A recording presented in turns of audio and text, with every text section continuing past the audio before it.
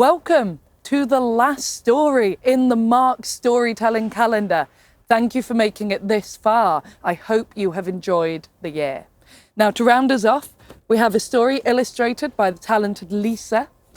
And there will be no more story next month. But we do run a storytelling club called A Sting in the Tail. So if you want more stories, do look us up on Facebook or Instagram or send us an email and we'll tell you all about more storytelling events.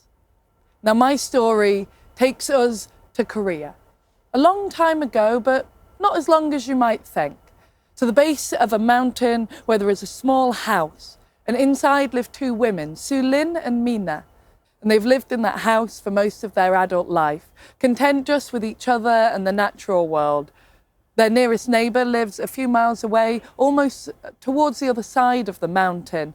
An old man living alone in his house, Bae-hun. Now one day, Soo-lin and Mina, although getting older in years, creakier bones, poorer eyesight, still knew exactly how to look after themselves and each other, and Soo-lin went out to the base of the mountain to collect firewood. She wasn't going to go far, she had a stick. She could no longer go so far up the mountainside, but there was enough nearby that they could keep the fire warm. And she was going to head back soon for dinner with Mina. Now, as she went to collect the firewood, just a few here and here, she heard a bird song that she didn't recognize. Now, for many of us, maybe that would not be surprising, but Soo-lin knew this mountainside like the back of her old wrinkled hand. She knew all the bird species that lived around here, and to hear something new, now that was certainly a surprise. And so she stopped collecting firewood and she looked for the bird.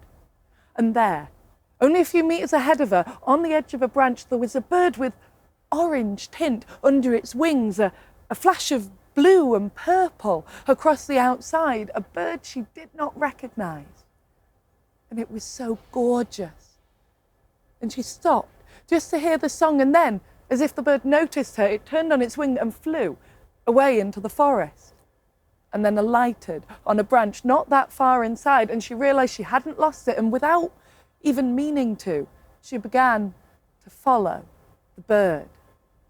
Now the bird kept singing, flying and stopping, almost looking back over its shoulder, and then, as if not noticing her at all, singing and flying further and further into the forest and further up the mountainside.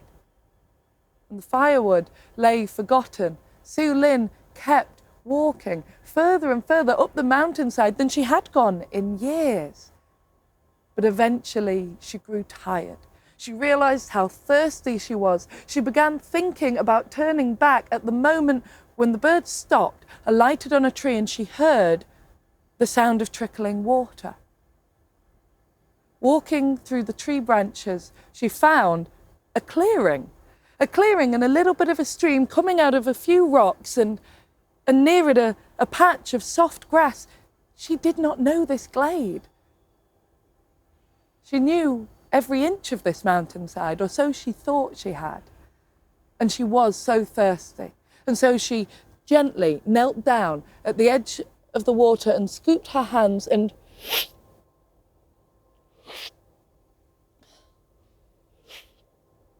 she only sipped 3 times. She took as much as she needed and no more.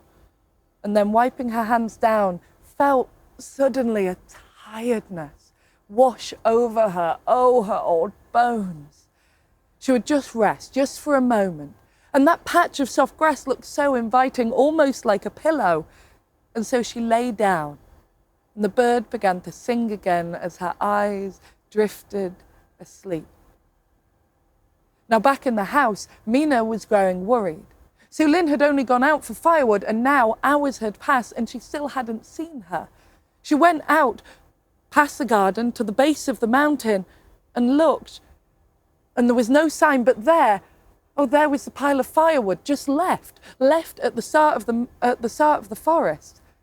Something terrible must have happened, and her old bones, and it was growing dark. She needed to find Soo-lin, but she couldn't go into the forest and up the mountainside on her own in good conscience, and so she turned and she went towards Bae-hun's house.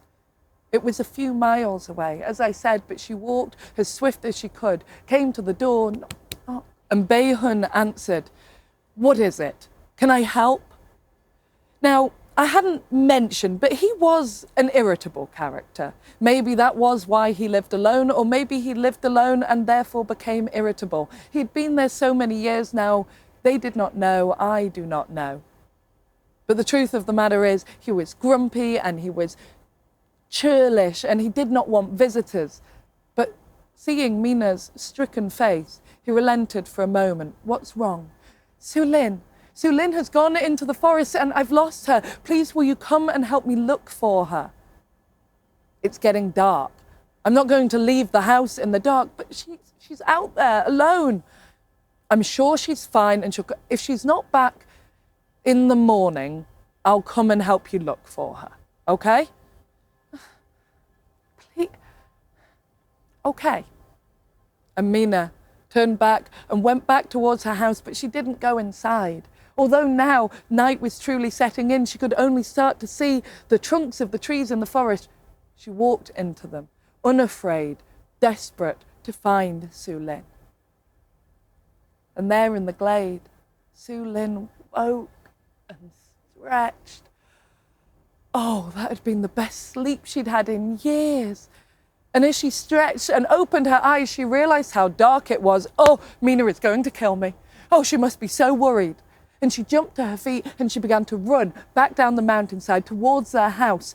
I'm sorry, chanting under her breath, running in between the trees and leaving her walking stick far behind her. Mina, slowly climbing her way up the mountainside, saw Sulin running towards her, and she screamed. Sulin pulled to a halt. "Mina, my love, it's okay, I'm fine. What's wrong?" And Mina backed away. "What happened to you? Oh, you died. Oh, you're a beautiful ghost, but my love, what happened to you?" "Mina, I am no ghost. Look, touch, I'm still as real as I've always been. What's wrong?" And as Sulin stretched out her hand to take Mina's, she realized all those old swollen veins, the knots and wrinkles were gone, and her hand was as smooth as it had been when she was 20. And as she touched her own face, she realized all those crow's-footed laughter lines and scars, all the wrinkles, the sagging gone. And she looked at Mina's face, and her shock could almost see herself reflected in her eyes.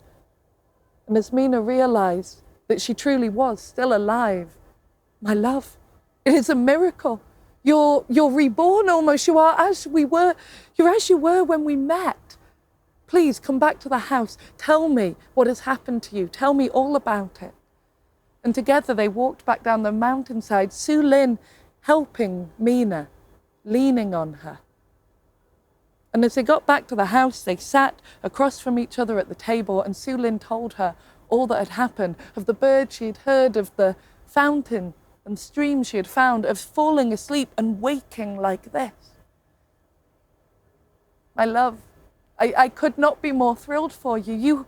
You've been given another chance. You can go and adventure the world. You can see such sights. You have so many more years ahead of you. I am so pleased for you.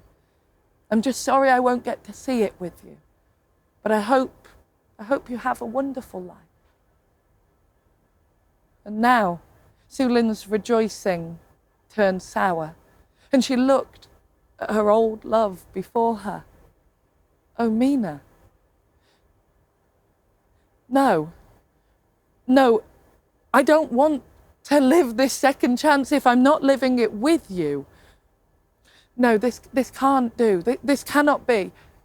And Sulin stepped into the garden at the base of the mountain and called out to the sky, "Please, whoever is there, whatever you are, I thank you for this gift. Truly I do. I've never imagined to be so blessed, but may I ask a favor if this gift could be shared with Mina too, so that we can share this new life and chance together. We would be so grateful. And if it can't, please could you take it away? Because without her by my side, it's not a gift, it's a curse. And I don't want it. And she waited. Mina stood beside her, held her arm, and they waited. And then, out of the base of the forest came a flickering of blue and gold, that orange under the wings, and there was the bird, the new, strange bird.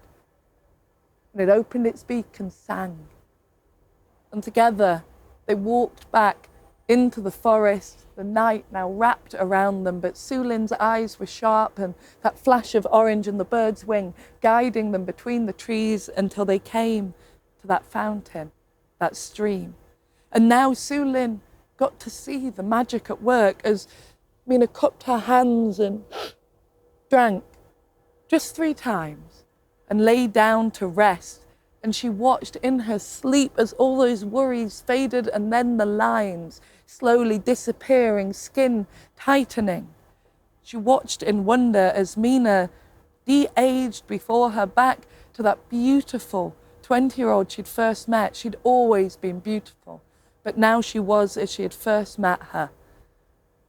And then Mina woke, and together, hand in hand, they walked back down the mountainside, the dawn breaking over their heads. And they looked at their house at the base of the mountain, smiled at each other joyously at this new life they had ahead of them. And they went inside and they were so exhausted, they were almost ready to fall asleep when they came at the door. And there was Beyhan. They opened the door, smiled, and he started backwards. I'm sorry, are you relatives of the 2 sisters that live here? I believe Mina said Sulin had gone missing. I'm here to help search for her. And they were generous people. They did not want to hide their joy. They said, no, Beyhan, it is us. I am Mina, this is Sulin. A wonderful thing has happened up on the mountainside. We have been given our youth back.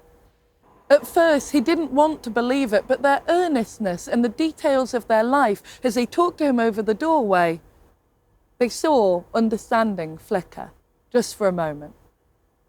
Well, you don't need my help in searching in the forest anymore. I will be off. Thank you. And so they shut the door. And a day passed so beautifully. First they just rested, and then the next day they went and they collected firewood, and they could walk so easily now, so far. They could get all of their jobs done in half the time. They had a new lease of life.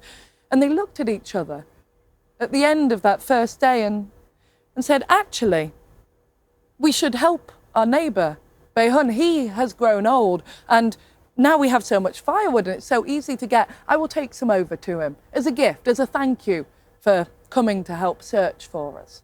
And so Sulin and Mina gathered some firewood and they walked over to Beyhan's house. It took them half the time it used to.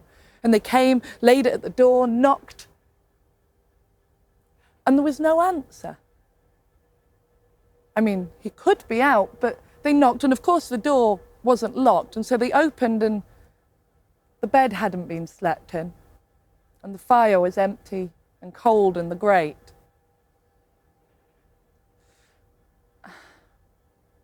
They knew what must have happened, and so they turned together and they went back up the mountainside. And although they'd never seen that glade before, now they could find their way back to it easily. They strode up the mountainside, stepped into that clearing, and there, by the fountain and the stream, was a bundle of clothes. Oh. They crouched and unwrapped Beyhan's old jacket, and inside there was a small baby boy, almost a newborn. Oh, you silly child. Oh. And they gathered Beyhan up and wrapped him again in the jacket and held him to warm him as well in this night. He must have drunk too much. He always was greedy. He never knew the limit. But whatever happened in his life to make him grow up the way he became, cold and angry and alone with the world, well, maybe he has a new chance to grow up differently this time. We always wanted a baby. And if anyone asks, well, it was a gift from the forest. And so together, the three of them walked back down the mountainside to embark on their second new life. And what stories happen next, I cannot say. Thank you.